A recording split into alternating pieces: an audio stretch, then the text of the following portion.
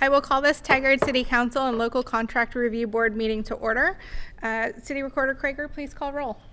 Councillor Wolf. Here. Council President Hu. Here. Mayor Lube. Here. Youth Councillor Nog. Here. Councillor Shaw. Here. Councillor Singh. Here. Thank you. Please join me in the Pledge of Allegiance.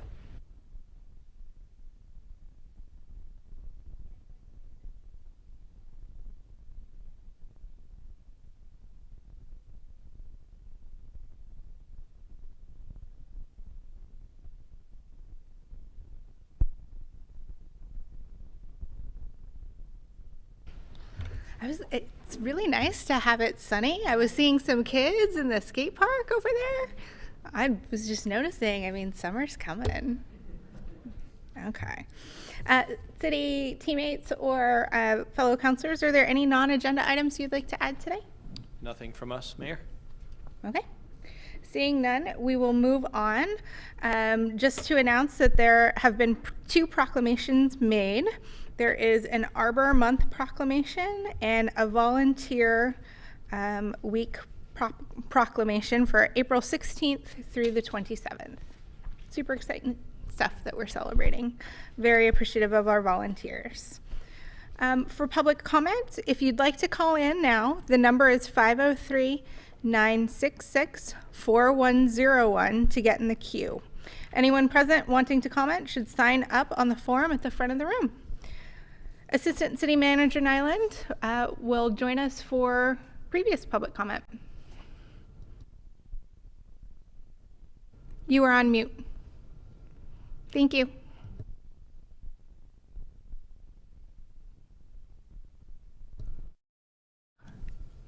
Is it perhaps in the room?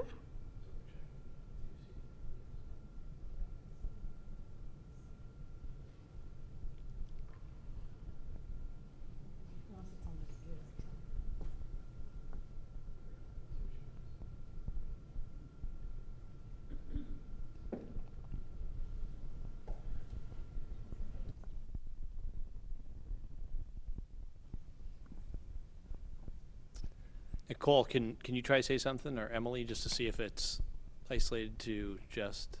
Nope, it's all of them right now. So Kathy, we'll have to try to get that to work and come back to you. Excellent. So we will move on to the Chamber Board of Directors Chair, Michelle Cheney, to give an update. Welcome.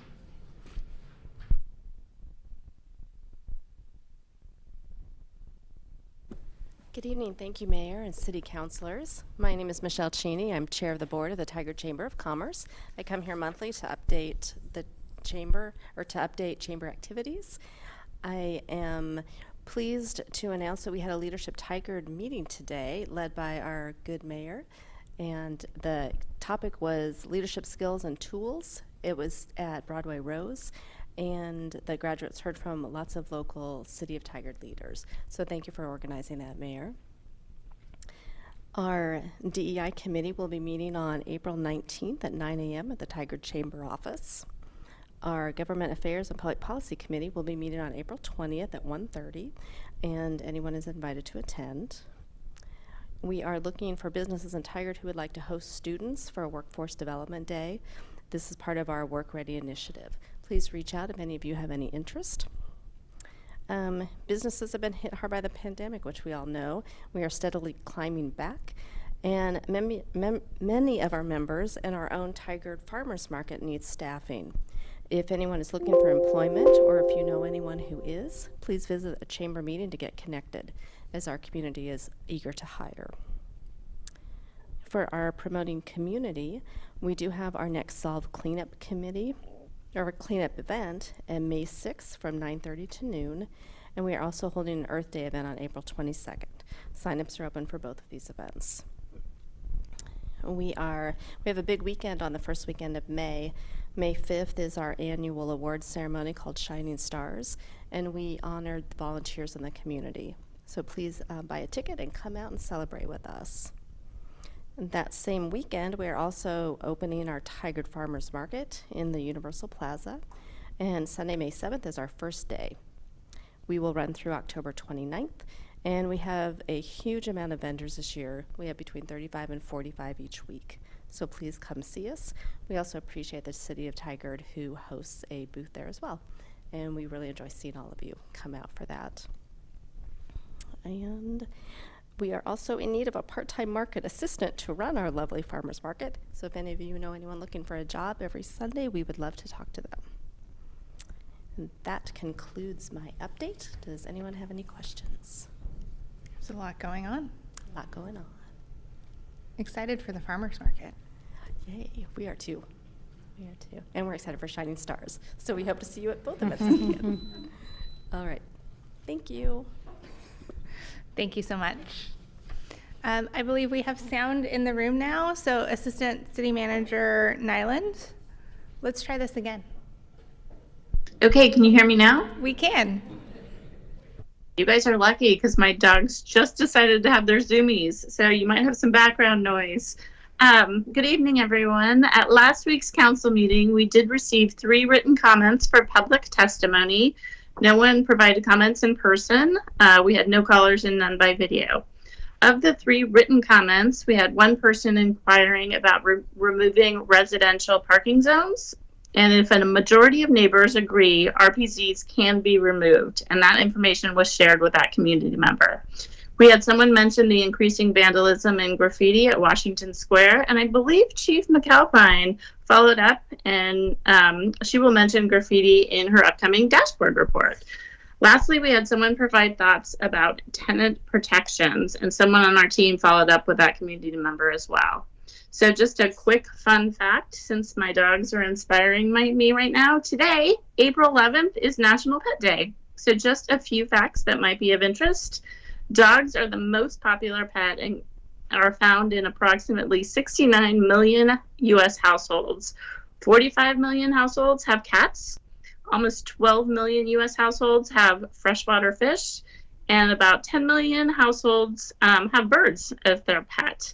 According to collected records from the ASPCA and the Humane Society, approximately 4.1 million dogs or cats are adopted annually each year. And lastly, my fun fact is summer will start in 71 days.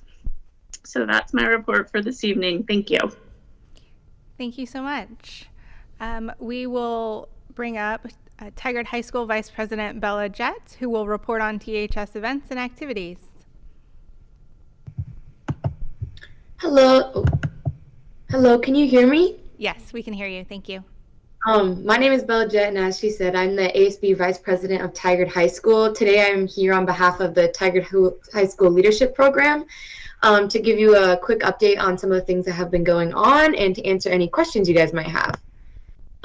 In terms of the leadership program, the activities team put on an event called Coffee House last week. This is where students could come and perform. We even had our Thespians team come in and perform one of their things they're going to be doing at a competition. It was just to like shed some light on the arts and be a good community thing for students to get together.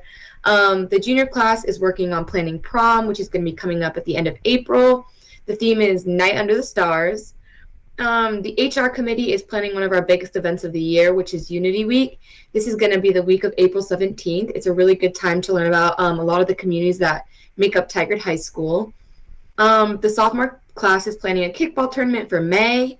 And then to bounce off of that, in terms of sports, boys lacrosse and baseball won all of their games last week.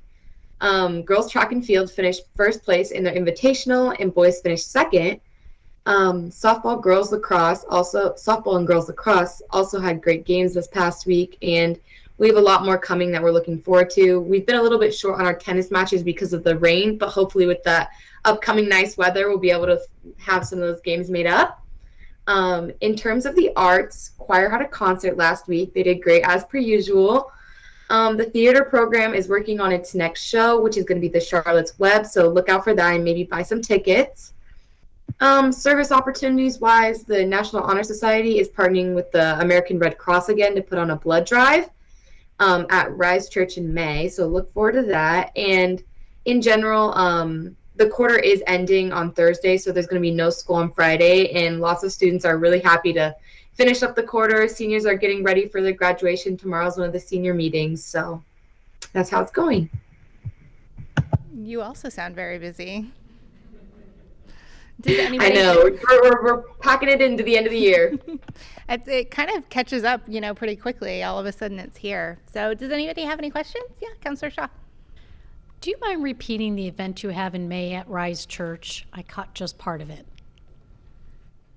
Yes, of course. The National Honor Society is partnering with American Red Cross to put on a blood drive. This is something that's happened before. If you want more information on that, Kayla Kum, our president, is someone who I could send along our contact. Thank you.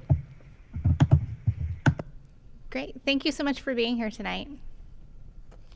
Yeah, thank you for having me. All right, next on our list, we have Police Chief McAlpine will present the police activity statistics from the previous month. Welcome, Chief. Good evening, Mayor and Council. For the record, again, Chief Kathy McAlpine. And Eric, if you'd be so kind as to bring up the PowerPoint. This is an opportunity. It's always nice when the month is not glaring red and I can actually talk about some specific topics. And so the March allowed me to do that.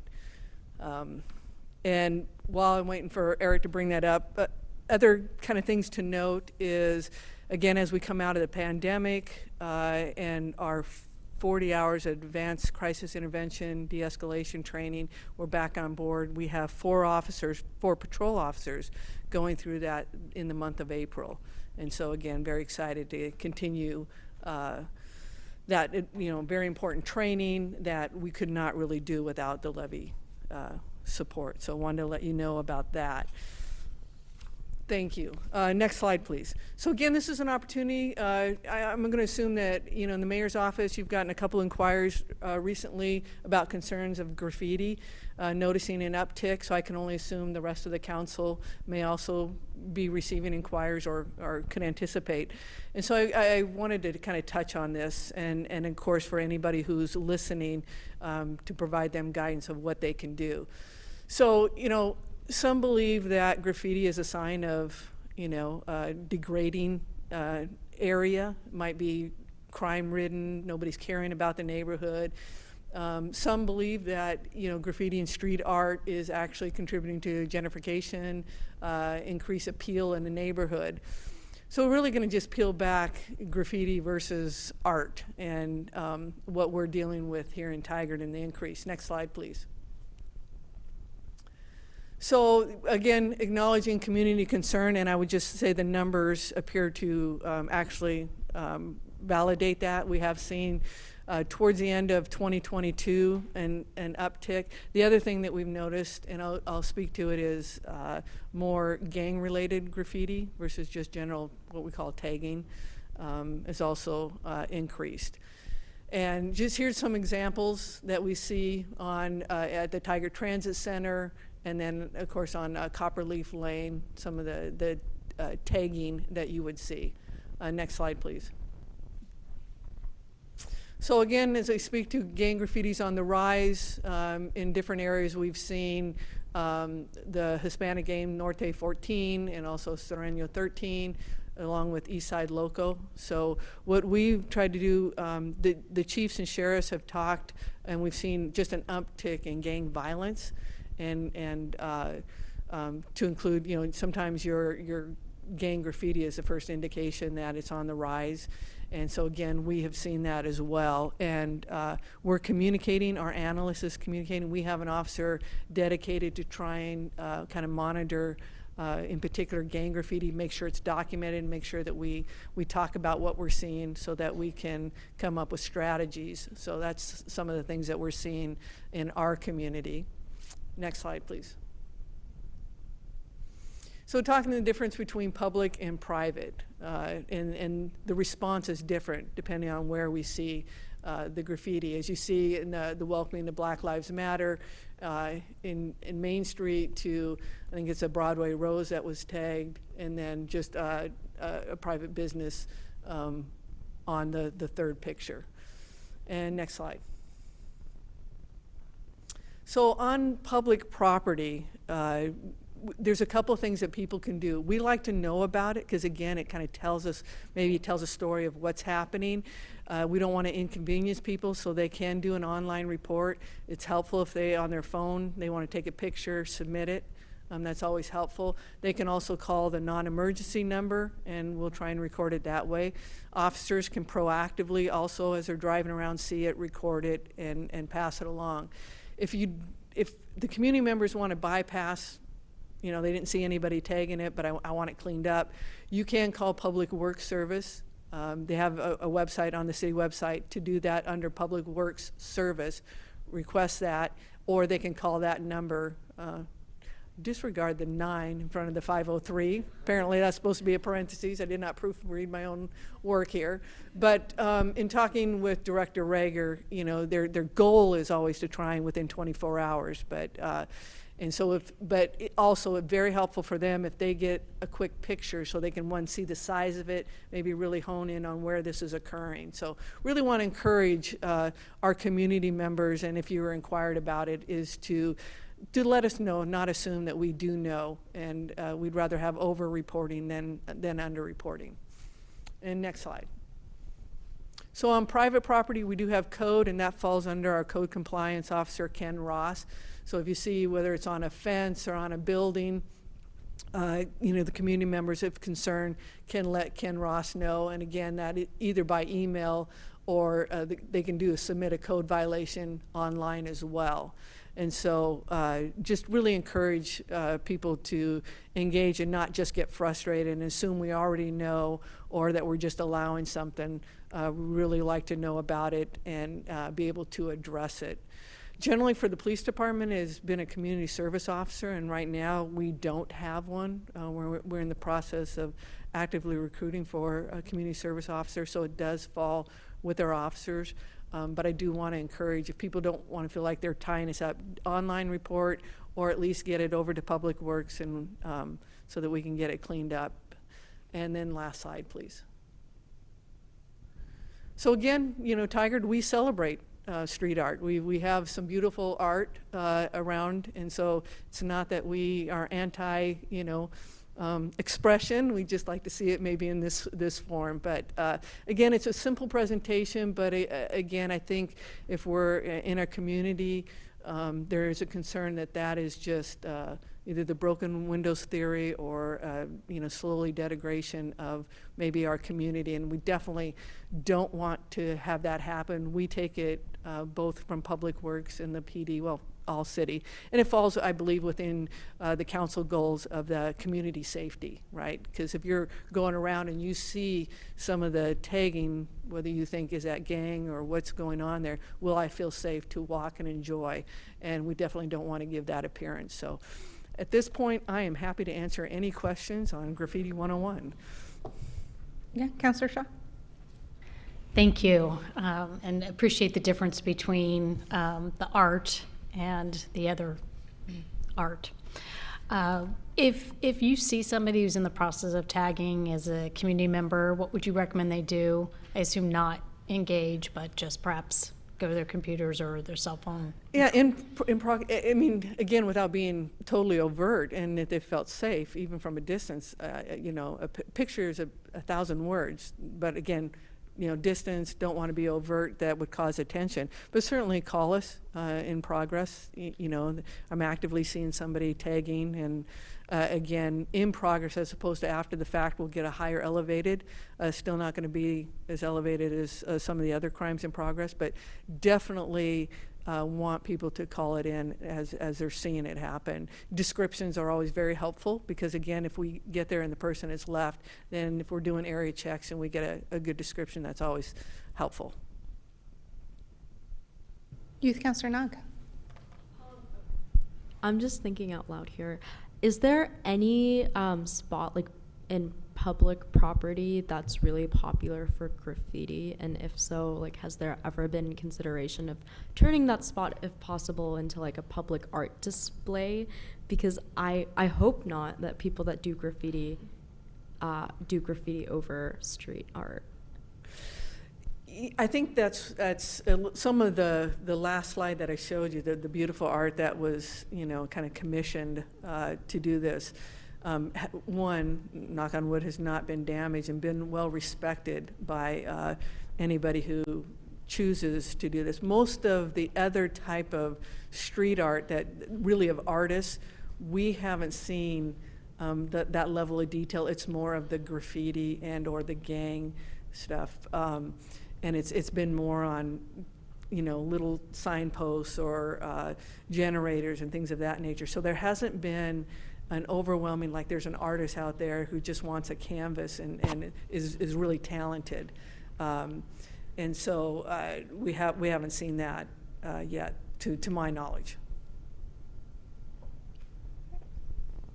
Councilor Shaw?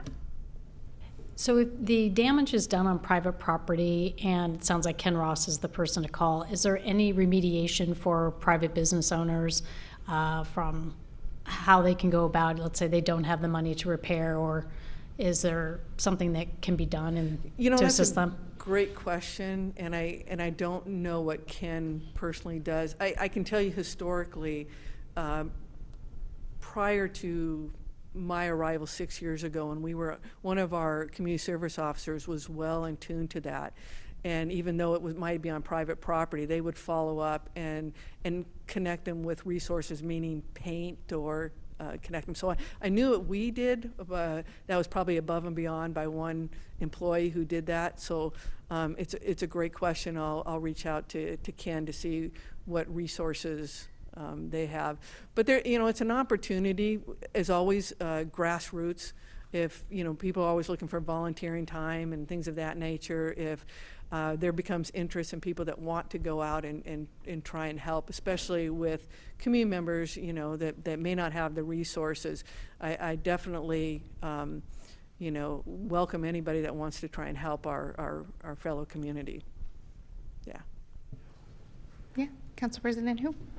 Yeah, I just want to echo Councilor Shaw's concern, because in a sense the private property owner is the victim themselves too, right? So it seems kind of like a double whammy if we send our enforcement officer to go after them. So I really appreciate your perspective on that. So.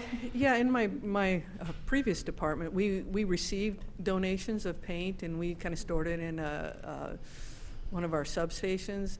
The challenge there was also, it was an opportunity for people to get rid of their, oil-based paint and things, and so we were collecting. But, if it's pretty generic, like a grays and a brown for fences and things of that nature, those are helpful. And I think just raising the flag to some of our local businesses and community members, I would imagine, we could get some pretty good response. I also think, with Councilor Rosenthal coming in, Metro and the recycling paint program, maybe there's an opportunity to partner. You're laughing, but it's maybe an opportunity. Oh, absolutely. Like I said, it's just taking the time to pause and really think about what we can do. And so taking a moment, as like you said, people are starting to come out and enjoy the amenities out here, you start seeing a little bit more of the graffiti, and we would rather just send a message that, if it happens, we're going to clean it up right away, and we're all in it together. And so what resources we can pull together is always very appreciated.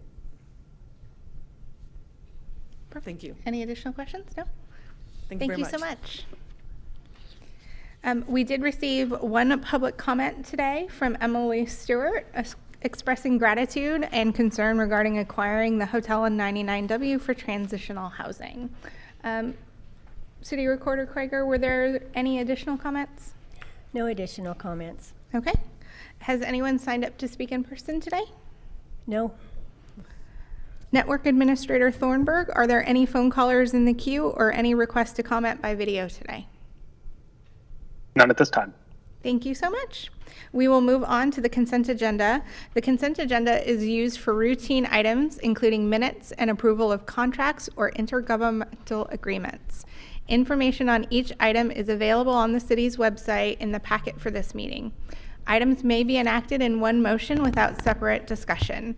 Council members may request an item be removed by motion for discussion and separate action. Are there any questions regarding the consent agenda today? I move to approve the consent agenda as presented. Second? Okay, the motion has been moved and seconded. All those in favor, please say aye. Aye. Aye. Aye. Any opposed? All right, the motion is adopted by unanimous vote of the council. Okay, we will move on to our resolutions to recognize Mayor Cook and Mayor Snyder for bringing the community together. We have Park Infrastructure Manager Gruen to introduce the topic.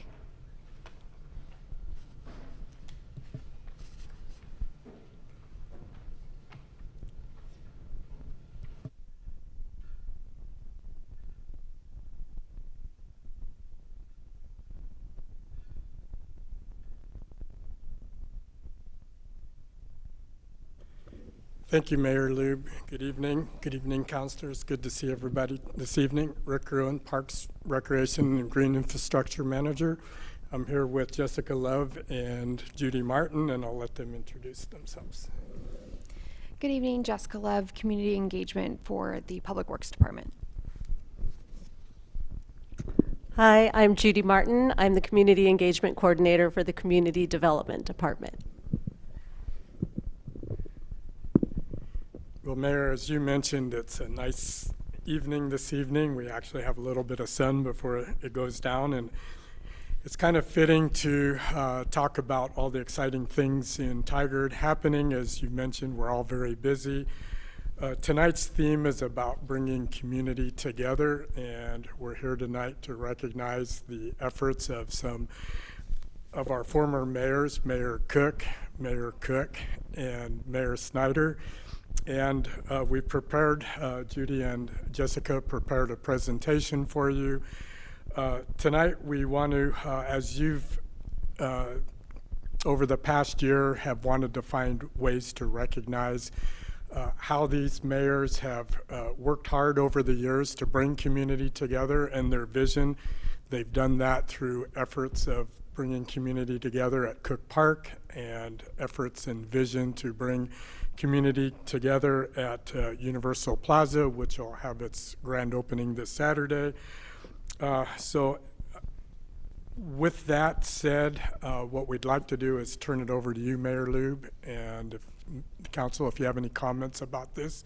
But what we're asking tonight as we go through the presentation is some resolutions in your authority to name or rename parks and physical assets of public spaces in the city through the authority of the city's naming and recognition policy.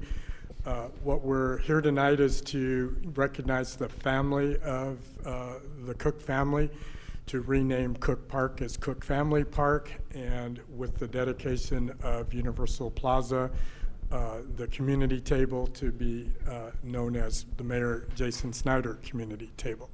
Mayor, do you have some words? Yeah, absolutely. Thank you so much. I think it's a wonderful opportunity, and it's wonderful to see both mayors. Is that an audience over there? It's a little weird seeing you here and having me sit here, but it's wonderful to have you. I think, we wouldn't be the community we are today without the Cook family and without Mayor Snyder. And it is a wonderful way to honor both of you and your Mayor Cook, your family. And so our parks are really built around the idea of bringing community together, and it's a wonderful place to honor. The Cook family has been actively involved in making Tigard what it is today through volunteering with local nonprofits to Mayor Cook's time on City Council and of mayor. Cook Park, soon to be Cook Family Park, is really one of the crown jewels of our city. And it's going to be an honor as we continue to see families really enjoy the space to honor your family alongside. Mayor Snyder was an advocate and champion for the vision of Universal Plaza. It wouldn't have come to fruition without him as a community gathering place. And he was a fierce advocate for community gathering and bringing people together during his time on council. I think these tables are a wonderful representation of his contribution to the city. So I also want to open it up if anyone has any thoughts or comments. Okay. That's okay too. So we will turn it, oh yeah, Councillor Wolf. No, I think just from my years serving on the school board and those opportunities to recognize service and commitment to a community, I just appreciate to be part of it and a recipient of the years of service, John, that you have done, and Jason as well. Huge impact to the community for many, many years. So thank you. Councillor Shaw. Yes, thank you. And having run into the former mayor at Cook Park and asking him, should I one day run for office? Which was really exciting. He said, yes, you should, and here I am today. So thank you for Mayor Cook, and then of course with Mayor Snyder with all your helpful advice and having gotten to serve underneath you. So that was quite a pleasure. So just very thankful that you've laid the foundation for us, all of us on the dais, to move forward and to utilize our parks and our new Universal Plaza. So, and thank you to the staff. Really appreciate each and every one of you. Thank you. I believe Ms. Love is going to talk about Cook Park. So we have prepared a video for you to watch, and what you're going to hear about is how the community came together to build Cook Park. And Johnny Cook was one of the key community members that led that project. And the passion for volunteering within our community did not stop with him. It became a family trait. We have Mayor John L. Cook and Julie Lee that have had dedication to volunteering to help make Tigard a great place for our community to live and work. And so you'll hear about their volunteer different involvements in the video as well. Judy? What a wonderful, wonderful thing that we get to be here today. This is the best of what we get to do together as a city. And I'm thrilled to be able to talk about Mayor Snyder and the Universal Plaza, which has just been a dream of so many people, but without former Mayor Snyder, it would not be a reality. And one of my favorite quotes is, if you can hold it in your head, you can hold it in your hand. And former Mayor Snyder held it in his head, and we're about to hold it in our hands. And it's just a wonderful thing. He's been involved in this community very, very deeply for over 20 years, and it's an honor to get to honor him. All right, we can go ahead and watch the video. It's important in Tigard to bring community together because everybody wants to know their neighbor. It gives everyone a sense of belonging. We want to bring people together, and we want to unify them and not divide them. And having a place where that can happen, where everybody can celebrate and join in community and recognize the diversity in our community and the diversity of thought and perspective, is just really exciting. My service to Tigard starts with, I grew up coaching youth sports for 23 years in Tigard, and Boy Scouts, I was a leader for 16 years. I grew up volunteering a lot in the park with my dad. And then the first committee I actually was on in Tigard was the Solid Waste Advisory Board, which we called the Garbage Committee. From there I was in the 2020 Visioning Committee, and then became mayor in 2012. I actually have been president of the Tigard Chamber of Commerce, the Tigard Little League, the Tigard JCs, and quite a few other organizations in Tigard. My service to Tigard includes volunteering with my kids' Cub Scouts for many years and Girl Scouts for a long time. I was neighborhood chair for the area and did a lot of different offices, helped run a Girl Scout camp down here. And then I do volunteer work with St. Anthony's and St. Vincent de Paul. I'm currently president at St. Vincent de Paul, and we have a food pantry and cafe and different things that we do. So those are some of the things that I help with in the community.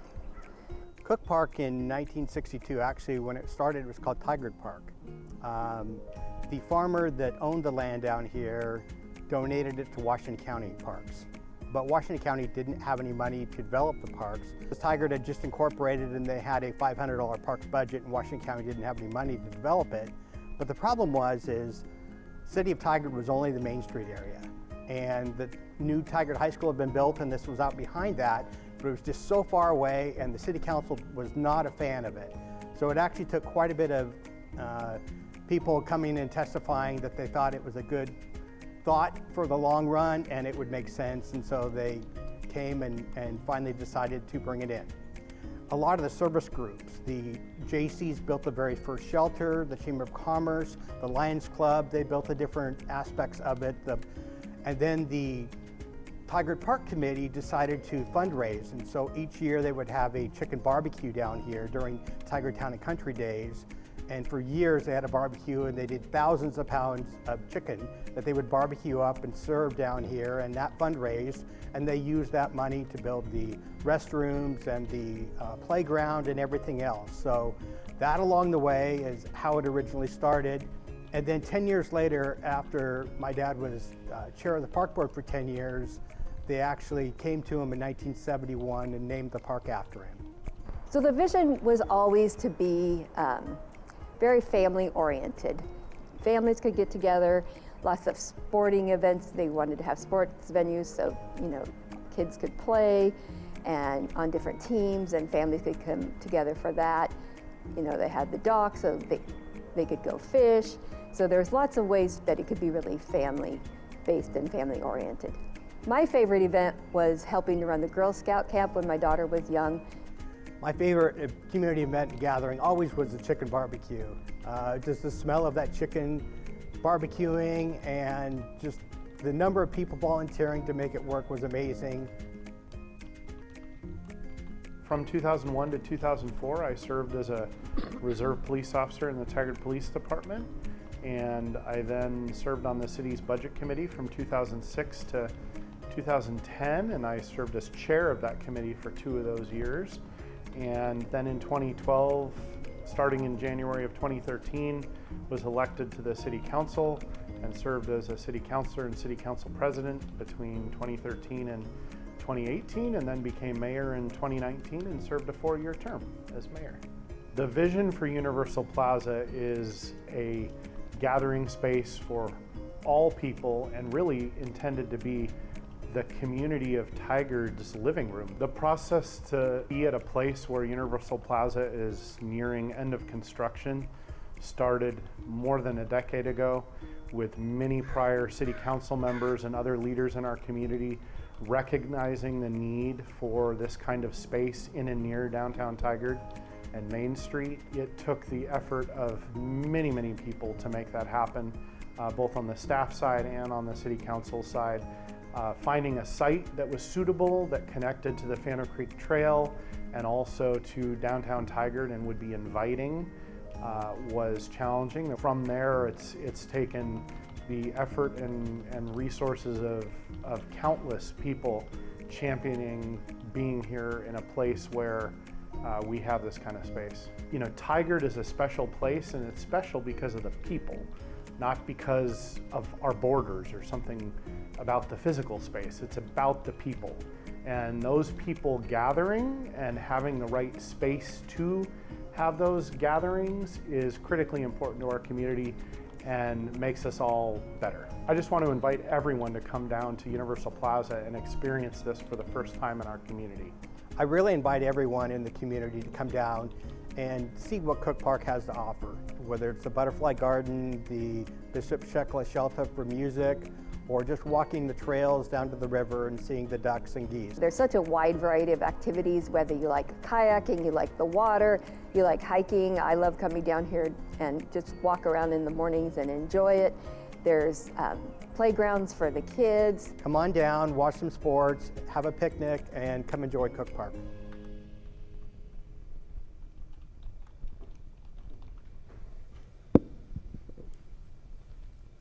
Well, I want to go to the park.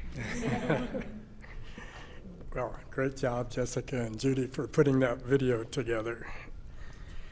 So, next steps. Tonight, before you, Mayor and council members, we have a resolution to rename Cook Park as Cook Family Park, and a separate resolution to name the community table at Universal Plaza as the Mayor Jason Snyder Community Table. And it's our recommendation that council approve these resolutions. Thank you. Mr. Gruen. We will start with discussions on the first resolution, number 23-08, which is to rename Cook City Park, or Cook Park to Cook Family Park. Are there any questions, comments, or a motion? I move to adopt Resolution 2308, renaming Cook Park to the Cook Family Park. I second the motion. The motion's been moved and seconded. Will the city recorder please read the number and title of the resolution? Resolution number 23-08, a resolution to rename the city park property known as Cook Park to Cook Family Park. Thank you. Youth Councilor Nog, an advisory vote? Yes. Thank you so much. All those in favor of the motion, please say aye. Aye. Any opposed? Resolution number 23-07 is adopted unanimously. Congratulations. The next resolution that we have before us is 23-09, and that resolution will name the community table at Universal Plaza as the Jason Snyder Community Table. Mayor, I'd like to move and approve resolution number 23-08. I believe it's 23-09. 23-09. I second the motion. The motion has been moved and seconded. Will the city recorder please read the number and title of the resolution? Resolution numbers 23-09, a resolution to name the community table at Universal Plaza as the Jason Snyder Community Table. Thank you. Youth Councilor Nog for an advisory vote? Yes. Thank you. All those in favor of this resolution, please say aye. Aye. Aye. Any opposed? All right. Resolution 23-09 is adopted by unanimous vote of the council. Congratulations. Thank you so much.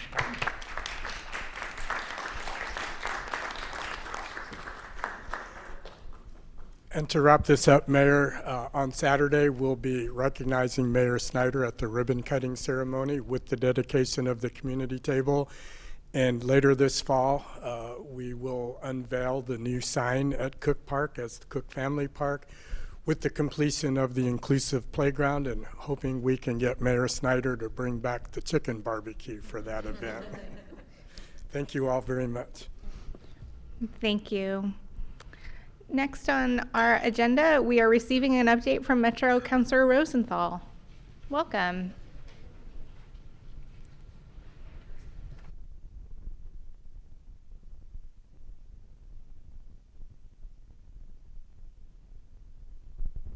Oh, can you turn on the microphone? It just needs to be green. Thank you. Thank you for allowing us to be here. I don't really have to introduce my policy advisor, Eduardo Ramos. He knows you all pretty well, I think. So, and he's going to be running the slides. So it's a great pleasure to be here. And I have to say, Cook Park is a great park. I also like the fact that it's connected along the Tualatin River with the Durham and the Tualatin parks, and all the way, hopefully, eventually, all the way down to its outlet into the Willamette River. So. It's an important and critical element. Plus, we have a lot of properties upstream of that, which we can eventually connect to King City. So it's all part of a whole, I hope, something that we're working on. At any rate, appreciate being here. As you know, I'm a counselor for this district, and so pay a lot of attention to what's going on in Tigard. Tigard is an important city, and I try and represent the interests of Tigard. It's very important. Metro's goal is to provide collaboration which improves, regional governance, and so it's through coordination and cooperation and sharing of information that we do that. So this is my effort to try and get before the city councils of all the cities in the district, and there's 7 in the district. And just sort of present what Metro's doing and then answer any questions. I get more it's more important to get feedback and to get criticism, frankly, than it is to get people saying, yeah, that's great, because you learn something from criticism. At any rate, I'll cover a bunch of things. As you know, Metro helped sponsor the El Tigre Festival. Unfortunately, I had knee surgery and I couldn't attend, but Eduardo was able to do that. That was a great first festival, from what I hear. I'm sorry that I wasn't. Next time I'll be able to go. As you all are aware of, the UGB exchange was a big deal. It's the first time Metro has done a land exchange in mid-cycle, and so we exchanged it for some lands out in Clackamas County that weren't ready for development. Tigard had done all the necessary work, had participated in the planning and had concept plans, et cetera, so we thought it was very appropriate to do that. And that went through, not without some kerfluffle, but there were some negatives, but overall I think it worked out very well, and I hope that things are moving forward on the Tigard standpoint. It was a first for Metro, but it was allowable in state law, as you know. Safe Streets grants. You were awarded, Metro was awarded $2.4 million by this federal program, and part of the funding is coming to Hall Boulevard. As you know, we had the recent, and I was here and I saw quite a bit of interest in the visioning for Hall Boulevard. And of course, Metro supports the bill that your Representative Bowman has introduced, and hopefully that'll sail forward. There was some testimony at the recent Ways and Means that testified in favor of it, and so that was a positive thing. If anybody was there were like 500 people at that Ways and Means hearing. It was crowded. It was amazing. Anyway, so that's Safe Streams. Hazardous waste event. I was not able to be there, but you recently had a hazardous waste event. That's one of the programs at Metro that I think is very important for Metro to get hazardous waste.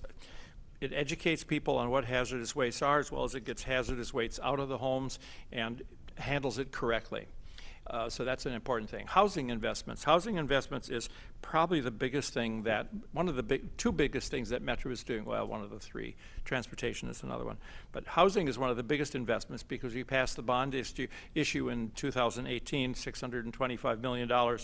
And so there's a lot of funding for affordable housing. It's going on region-wide.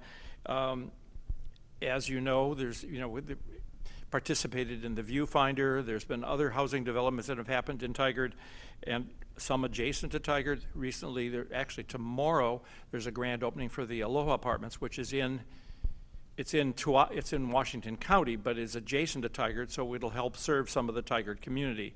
And I believe that's tomorrow at 11 o'clock or something like that. So that's important. The SHS tax response. As you know, there was a bit of a hassle over the SHS tax response. We passed the tax in 2019, and it was turned over to the city of Portland to administer just because they had the staff and all the mechanisms. There was a communication error, and the letters didn't get out to all the people that were necessary, and so we had this issue where some people got not only the tax assessment, but then they got a notification, and it was sort of a curt letter about both interest as well as penalties. Well, we realized that that was just a miscommunication, an incomplete communication. It was impossible to know everybody who was going to be subject to that tax, so Metro has waived the fees and the interest rates for 2021, and those notices have gone out, and hopefully everybody's received them that should receive them by now. So that hopefully has been taken care of. Let's see. Expo Future. A couple other things that are going on. I was wondering, I should be mentioning this. I'll get to that in a minute. The Expo Future is something that we're studying at this point in time. As you know, there's a lot of concern both by the Japanese community because it was an internment center as well as by Vanport people who were displaced.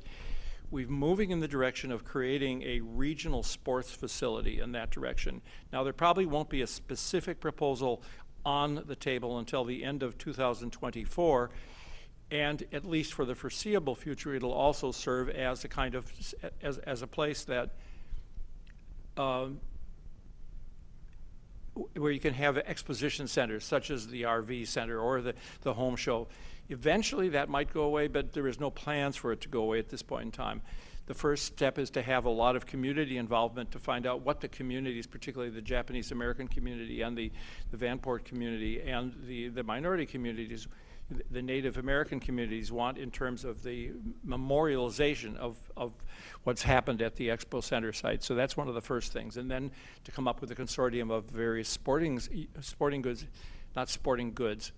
interests in this area. As you know, we're a sort of an athletic-oriented town we have a lot of athletic producers, and we have a lot of athletics, and we have the stadium and the athletic facilities in Corvallis and Eugene. So there's a lot of emphasis on outdoor activity around here. So that looks very promising, and that's moving forward. The Oregon Zoo.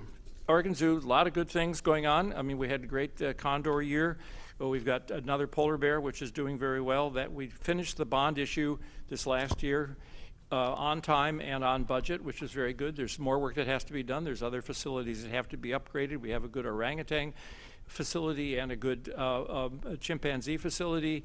We had some otters. We just had a birth of something like a Beothuk antelope, which is was sort of an endangered antelope. That was just yesterday. And we did have a loss in one of the bears just the other day, which was sort of a sad thing. But we've had some great successes, and the staff is doing great.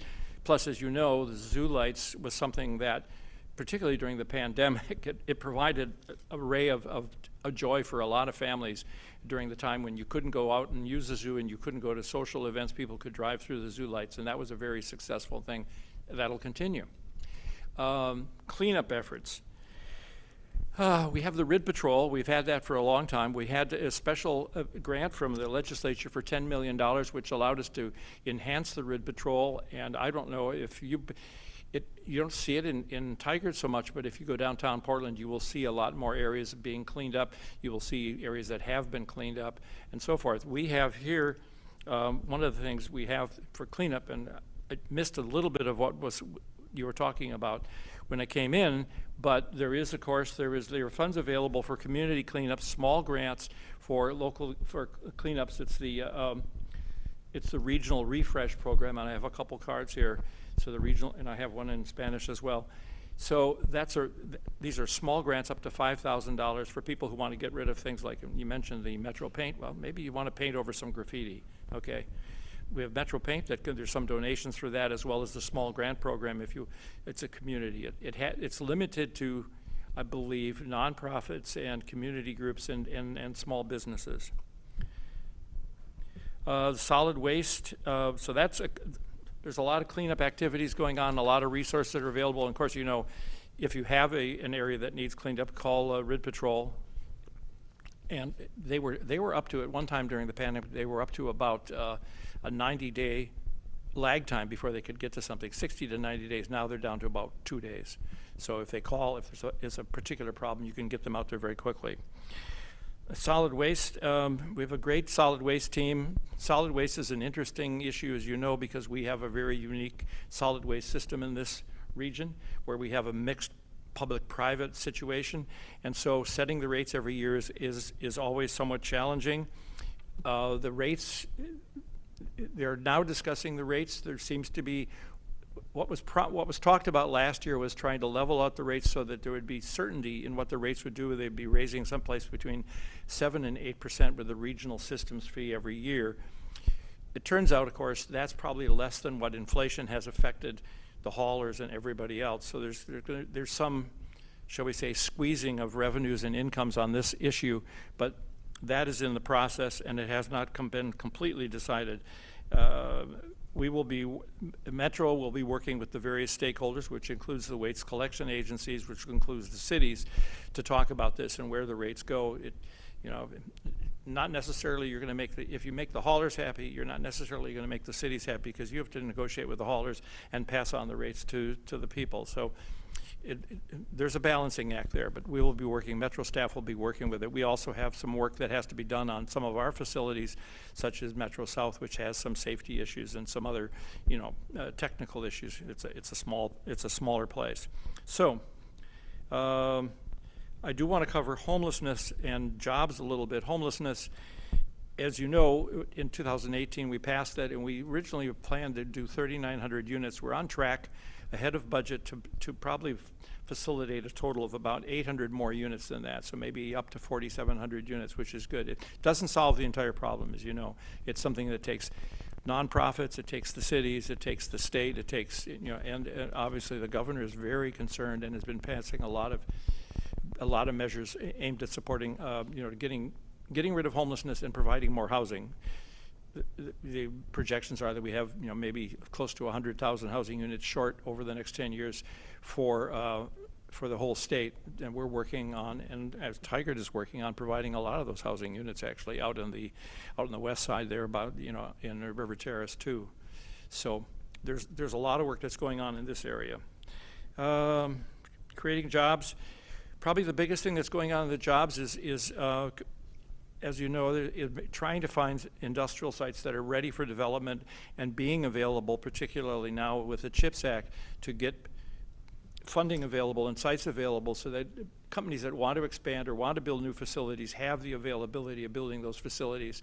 It has to do with land use, and one of the big themes is to make sure that the land is ready. There's some big parcels of land, but unless they're ready, companies want to know, can I move into this site fairly quickly? Can I do this? Now, as you know, the state has just recently passed SB 4, which gives the governor some authority to take certain actions if we should have some investment opportunities. It has sideboards, and Metro took a neutral view on that, but we did say that there should be certain kinds of, just for protection of land use laws and long-term planning, certain sideboards which were put into the law. So that's something that we'll see what happens if we can get some of the development that could be good for jobs and good for incomes throughout this area, including hopefully Tigard.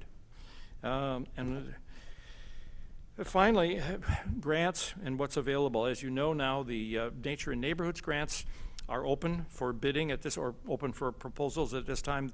They're due on May 2nd, I believe. And I don't know if you have any grants available or grants that you've applied for, but I'm assuming your staff knows all about this. That's something that's ongoing.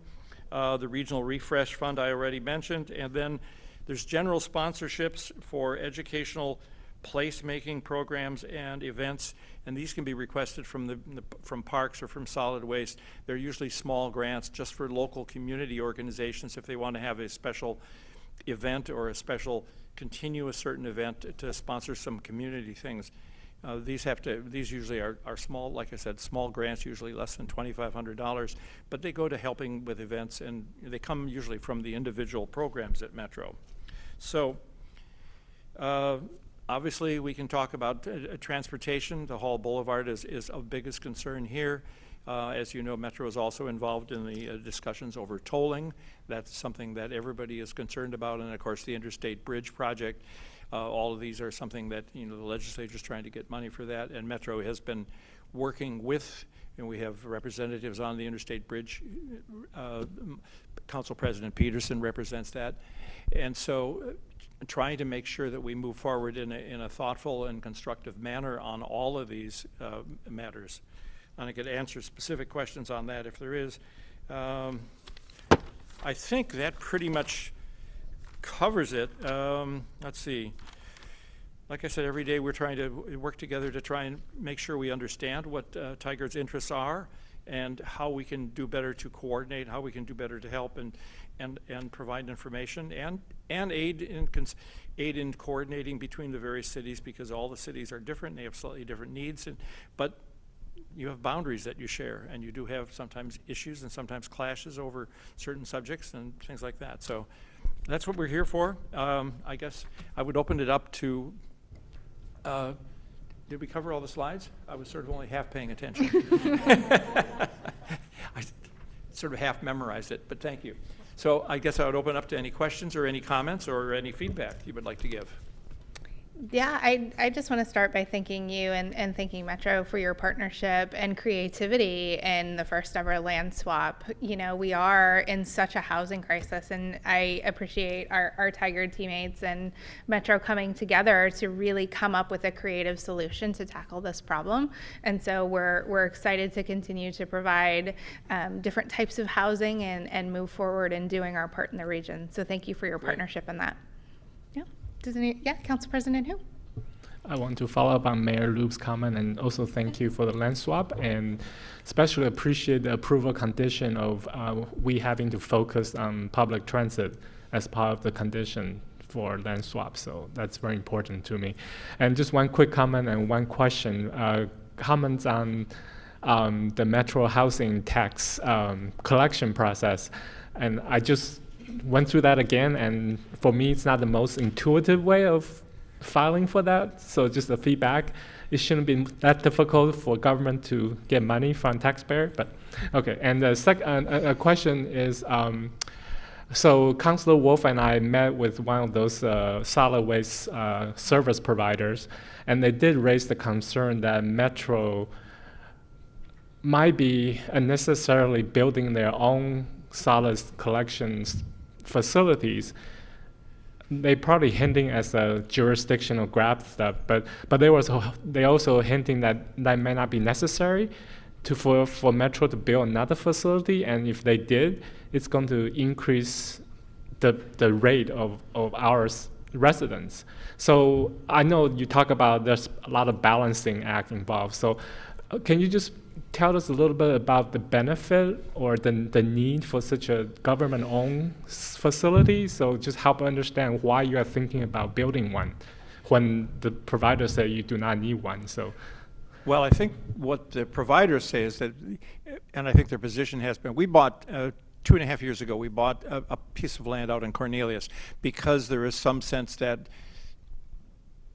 it was difficult service for certain kinds of services for Washington County. Now, a lot of the service providers, and I've talked to them too, and they say that we don't need a complete full-scale facility. However, there's also a self-haul need and some other needs, whether it's a paint recycling or hazardous waste recycling or community education aspects. So I understand their point of view that they feel we don't need a complete facility for mixed wastes. But my discussions with them, they have said there's some services they cannot provide that we subsidize, that there may be a need for a smaller facility in this location that provides better service. I mean, right now, if you're doing self-haul, which I sometimes do, you have to go all the way to South or all the way to Central, which is very inconvenient. I mean, Washington County is not well served. So that is a study and a gap analysis that has been done, and I can't quite summarize it here, but what services do we need out in Washington County that we could provide? As you know, there was one of the services that seems to be very popular, of course, is Ridwell. That's controversial, but popular in many cases. And so is there a need for somebody to pick up and help recycle certain kinds of plastic wastes? We all know plastics are a big issue. And I don't know the economics of what the major facilities, whether it's Waste Management or Pride or Republic or the other ones, can do in terms of investment and doing some of the modern technology for plastics recycling. Maybe they can do it, maybe they can't, but that's sort of what the gap analysis addresses. So your point is well taken, and I'm aware of it, but thank you. Thanks. Yeah, I also wanted to fill you in when you came in, and I volunteered your name. Our police chief was talking about a graffiti problem in Tigard, both on private and public property. Public property, we take care of, but on private property, it becomes a code compliance issue, and our code compliance officer goes out to the private property owner and basically says you're out of compliance. And Council President Hu brought up it's sort of like a double whammy, right? Like you're the victim twice. First, you're the victim because you have all, this graffiti, and then you're also responsible for cleaning it up. So you actually walking in at the perfect time reminded me that Metro does recycled paint, and it may be a wonderful opportunity to partner, perhaps to have some of our community members who are hit with something that's not their fault, that they need to paint over. Maybe there's an opportunity for partnership. So yeah, my understanding is that we have been making some paint available to jurisdictions, just not even on a cost basis, just making it available. I don't know if there's restrictions on that, how much or what colors. I mean, you may have to. Maybe it's you have to use puce or something. Maybe that's that's the color that you have to paint everything. I don't know, but those are things to talk about with our paint recycling staff and see if that's available. It probably is. Yeah, no, we will certainly follow up with Mr. Ramos and see if that's an opportunity to partner in the future, which I think would be wonderful for our community. Okay. Are there any additional questions? Yeah, Councilor Shaw. Great, thank you, Mayor. I was going to mention the graffiti too, so thank you very much. And I assume that the cities can avail themselves of that program as well. And if not, perhaps we can put it as part of the safety grants that we're looking at. Transportation is key, particularly around houselessness. and for folks to get to point A to point B. Has Metro looked at opportunities for whether it's going to be micromobility or even car sharing services, or even perhaps electric, shuttle buses, or is that, I know you're looking at mental health, which is very important, but also ensuring that folks can get around. Is it something Metro's looking at as well? Well, we're currently in the process of revising the 2018 Regional Transportation Plan, which includes elements in that regard. I mean, that's pretty much still at the staff level of evaluating those, but all those concepts have been discussed, and obviously they're going to be different depending on different areas. But yeah, I mean, I think I agree with you. I think those are important areas that need to be looked at. We have transportation issues. As you know, there's always a little bit of a dance between TriMet and Metro, because we do the planning, and then TriMet has to do the implementation, and they have a different structure. And so getting some of these transportation options available sometimes takes long-range planning, and I'm hoping more of that will be in the RTP. And I personally support, having electric vehicles available, sort of, in maybe even autonomous vehicles for certain areas, senior centers, getting them. And of course, we have the Transportation-Oriented Development Program, which we also provide funding for apartments and complexes that meet certain transportation-oriented development standards, and that's something that we also support. Try and make it possible for people to live in good situations close to existing transit. Thank you, Councilor. And I know also transportation is key when you need to take them from a housing facility, but also then to the services that assist them on mental health. So perhaps that's also an opportunity, because I know there's a shortage of that transportation that can take people and individuals to those appointments and to those opportunities. I will make sure when they sort of staff starts making presentations, I'll make sure to query them on that. Any additional questions? Yeah, Councillor Singh. Yeah, I just have a comment, and just want to thank you in Metro for specifically something that you didn't highlight was community engagement, and specifically around garbage and recycling in Metro South facility, as well as incorporating participatory budgeting in the Nature and Neighborhoods grant process. So, every event I've been to through Metro, it's really, you all have provided translation, childcare, interpretation, stipends. So I just want to thank you and, bring forward the idea that, we can learn from Metro in that regard, and how to improve, community engagement practices that are inclusive and incorporate things like participatory budgeting. So I just think Metro is at the cutting edge of in the region when it comes to community engagement, and just want to highlight that and thank you all for investing in that too. Thank you, Councilor Singh. We appreciate that comment. There's still more we can do, and of course I have to say we've sort of all been aided, as an ill wind that blows no good. The pandemic at least made us all realize that we can have meetings on Zoom or Teams, and we can have people who don't have the ability to travel for one reason or another to be able to attend these meetings, and so we can reach out to larger groups and we don't have to have them all show up at one location, and that's been a benefit in many regards. But thank you for your comment. Well, Councilor Rosenthal, thank you so much for being here in person. It's lovely to see you. Thank you. We appreciate your update and your partnership. And who should I leave these with? City Manager Reimer will take them. I think he's closest. All right. Thank you again. Thank you.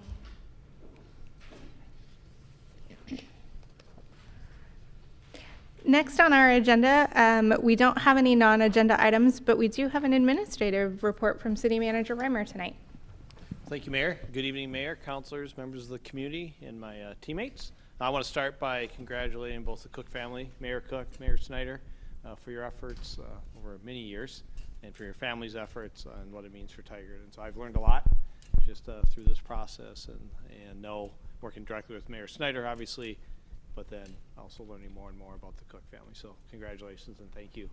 I was going to say thanks to Councilor Rosenthal, but I think he's gone already. So see ya. He's got to go. So thanks to him as well, and Eduardo for being here. I know it's always nice to to get these updates from them. I'm excited to share, as the council knows, it with the community, that our proposed fiscal year 2024 operating budget and fiscal year 2024 through 2029 already capital improvement program are available to the public online, and so members of the community can review that. Our first budget committee meeting is a week from Saturday on April 22nd, right in here. We're meeting in here, but we'll obviously have other options as well. And so it'll be a chance for the budget committee to engage with all of us, obviously, on the proposed budget and members of the community. I do want to reference something that was recommended last year by the Public Safety Advisory Board, which was the Community Navigator. We've had some communications already today. That position, it was a tough year, a lean year. There's some priorities that we funded in the proposed budget. It is not in the proposed budget, at least at this point. I will be sharing an email with the PSAB members tomorrow indicating that, also indicating how they can engage with the budget committee on if there's anything they want to share prior to the meeting or during the meeting. So that'll go out tomorrow, and I'll be sharing that with the council as well, just so you're all aware of that. A few updates from our library, our extremely busy library. Some good data here. I just learned that we had over 4,000 more visits in March of 23 than we did in March of 22. We were coming out of the pandemic, if you recall, last year, and Halston and them are reporting that the community was returning back to the library. Well, they're continuing to return, and so it's closer to 4,500 more visits in March of this year. We're also in the process of planning, partnering with the Tigard Youth Advisory Council on a celebration of our planet with a story time and craft on Friday, April 14th at 2 o'clock. And then back to the use of the library itself. Community members logged 1,736 sessions on the public library's computers. That's up 155 sessions from last year. So once again, as we've talked about the digital divide and other ways of continuing having access for our community, our library's public computers are continuing to be a very popular thing in helping those that may not have them or use them for other reasons. Just a couple other things. We all know about Universal Plaza grand opening, but it's here. It's going to be this week, obviously, 11 a.m. So we just continue to invite the entire community there, and we're just going to see how the park performs. We're going to see how parking performs. We're just going to experience it all, enjoy it, but we're going to have great food and festivities for everyone. So please be there. And the launch, on that note, the launch pods, our new entrepreneurs that are there. The pods are at the park if you've driven by. They're up with their soft opening, so if you have a chance to grab something, try out some food prior to the grand opening. We're extremely excited for this. We appreciate the support by the council, the innovation by our teammates to go down this path of having the launch pods, and we're just looking forward to how they're going to really add to what Universal Plaza is all about. Last but not least, what's great to hear, Hall Boulevard comes up every meeting, I think, in one way or the other, and multiple times. It's coming up again now. We had, as we mentioned, we had our second public open house last week. We had over 40 participants engage, share their thoughts and comments on that. So the momentum continues to build about Hall Boulevard in many different ways, and just one more way of our community engaging with that. So that concludes my remarks this evening, and thank you. Thank you so much. The Tigard City Council is entering into an executive session to discuss real property negotiations under ORS 192-660-2E. All discussions are confidential, and those present may disclose nothing from the session. No executive session may be held for the purpose of taking any final action or making any final decision. The City Council will adjourn after the executive session. Thank you so much. Good night, Tigard.